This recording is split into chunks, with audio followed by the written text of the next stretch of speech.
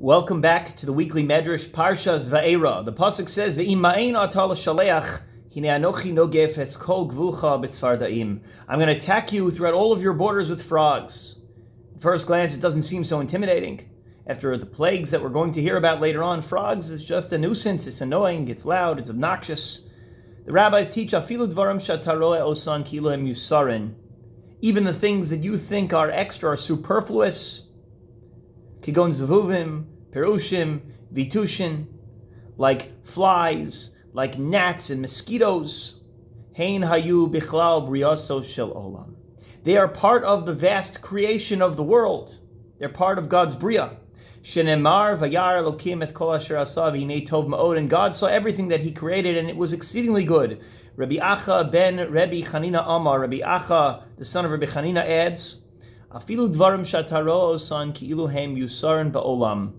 Kigon nechashim, akravim, hein hayu bichlal briyaso shel olam. Even the brios, the creatures that you thought were extra, were a mistake, were a side story, like snakes and scorpions. Those are essential parts of God's bria. Amar l'hen HaKadosh Baruch Hu Nevi'im, so God said to the prophets, Ma atem svurim im ein atem holchem b'shlichusi, chin ein li shaliach. I don't have a messenger of Yisron Eretz B'cholhu ani oseh shlichusi afilu ayidei nachash afilu ayidei akrav afilu ayidei tzvardeya. I have messengers even through the snake, the scorpion, and even the lowly frog. You should know, concludes the Midrash, Teida lecha shekain she'ilulei hatzirah, if it wasn't for the wasp, Heach haya Kadosh Baruch Hu parei min ha'emorim. How would God repay the Amorites? How would He punish the Amorites, as the pasuk tells us about God punishing the Amorites in Akev? V'ilulei tzvardeya, and if it wasn't for the frog, Heach haya parei min ha'mitzrim. How would God punish the Egyptians? Zeu shekatzav anochi nogef et kol gvulcha b'tzvardaim.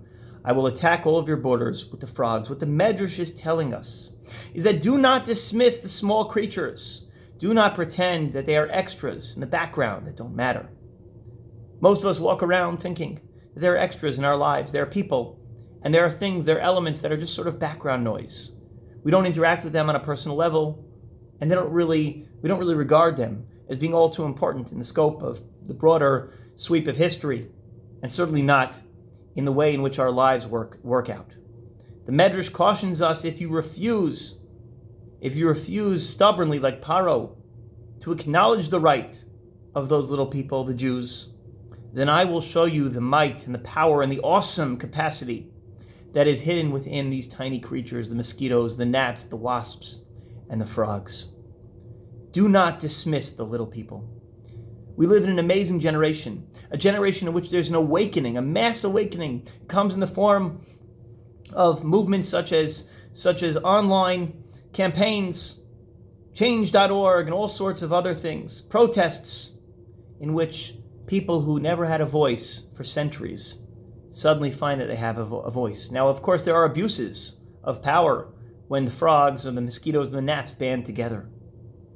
For the most part, for most of history, there are the paros, the overlords, the powerful individuals who dismiss and pretend as if the masses and their opinions and their feelings and their rights simply don't matter.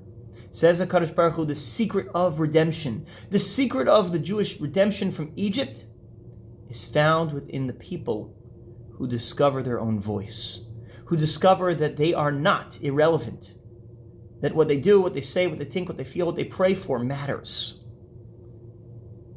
Indeed, not just the Geulas Mitzrayim is dependent upon the little creatures, but the ultimate redemption of the world will come so much sooner, the moment everybody recognizes that Tselem Elokim in each of us, the godliness that is latent within us, the voice we have each been given. When we do that, we inch ever so much closer towards Geula, because everybody now has a spark of godliness that gets the attention it deserves. May we see that day soon, and may the persecution of the little frogs and little gnats and all those who thought that don't matter come to an end. B'mher v'yameinu.